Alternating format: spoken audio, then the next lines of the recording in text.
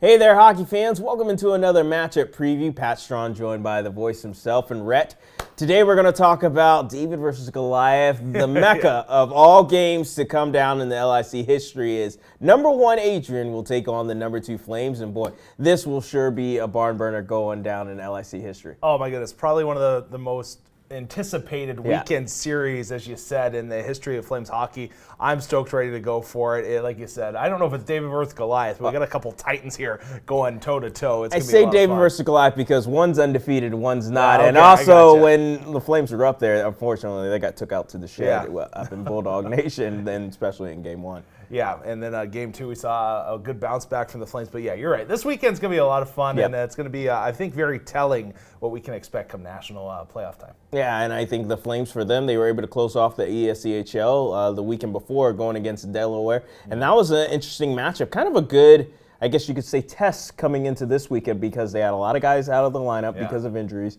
So they played with a shorter bench.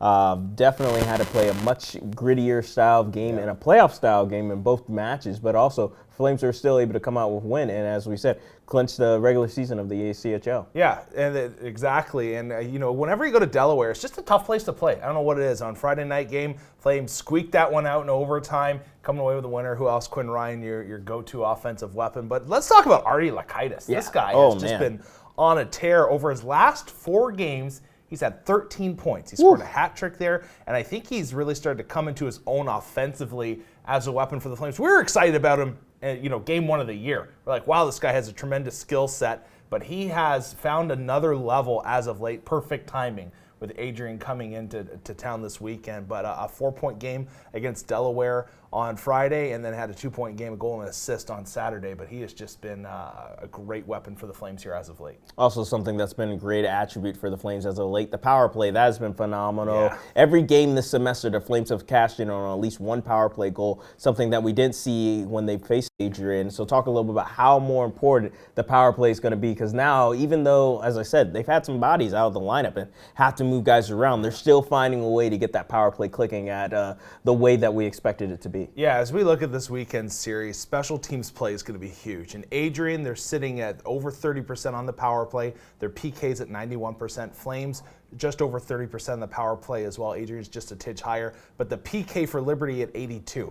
So you're going to have to score some power play goals if you're Liberty and find a way against what it probably is altogether the best special teams unit in the ACHA in Adrian. And they're not going to give you much. If you have a PK that's not on average, just 1 goal in 10 attempts, and not even that sometimes, this is a group of guys that knows how to get it done. So you might have to throw a wrinkle into your power play system. I'm sure Coach Burt is kind of coming up with a few different looks that perhaps Adrian wouldn't have seen on video so far this season. But this game, I think this weekend series is really going to come down to either when the Flames have a man in the box or the man advantage. And also one thing before we let you go, obviously, Red, you don't get to do this much. Talk about what the thing you're looking forward to most this weekend, because obviously, as you said, this is the number 1 team and the number 2 team going to battle. So what's the matchup or the key element of this game that you're really excited about watching? Yeah, there's so many aspects of this weekend series I could touch on. I think I'm really excited to see how that second line that has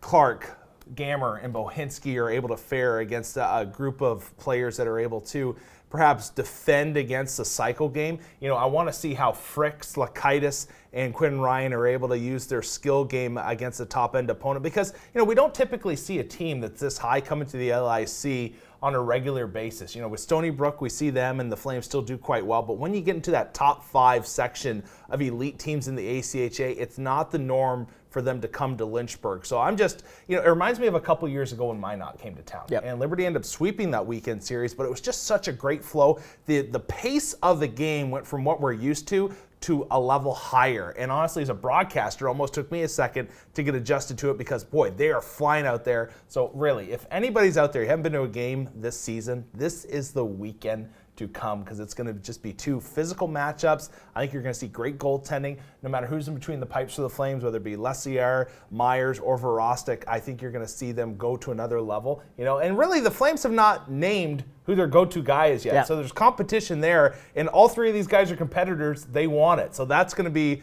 a battle to watch in between the pipes. And then getting to watch the number one team play, like if you're a hockey fan, you like to watch good hockey. And Adrian's a team that over the past 5-6 years has established themselves as the elite team in the ACHA, along with just a handful of other clubs. So it's, boy, I'm excited. Yeah, it's definitely going to be an exciting matchup, as this guy said. Brett, thank you again, as always, for your insight. As he already mentioned, if you haven't tuned into a game already this season on the broadcast, or even come out to a game, this is one that you do not want to miss. Number 1, Adrian, will take on the number 2 Flames this weekend as they do battle Friday night at 7 and then again on Saturday at 2 p.m. Make sure to check them both out. Once again, that's Rhett McGibbon. I'm Pat Strawn. Thanks for tuning in.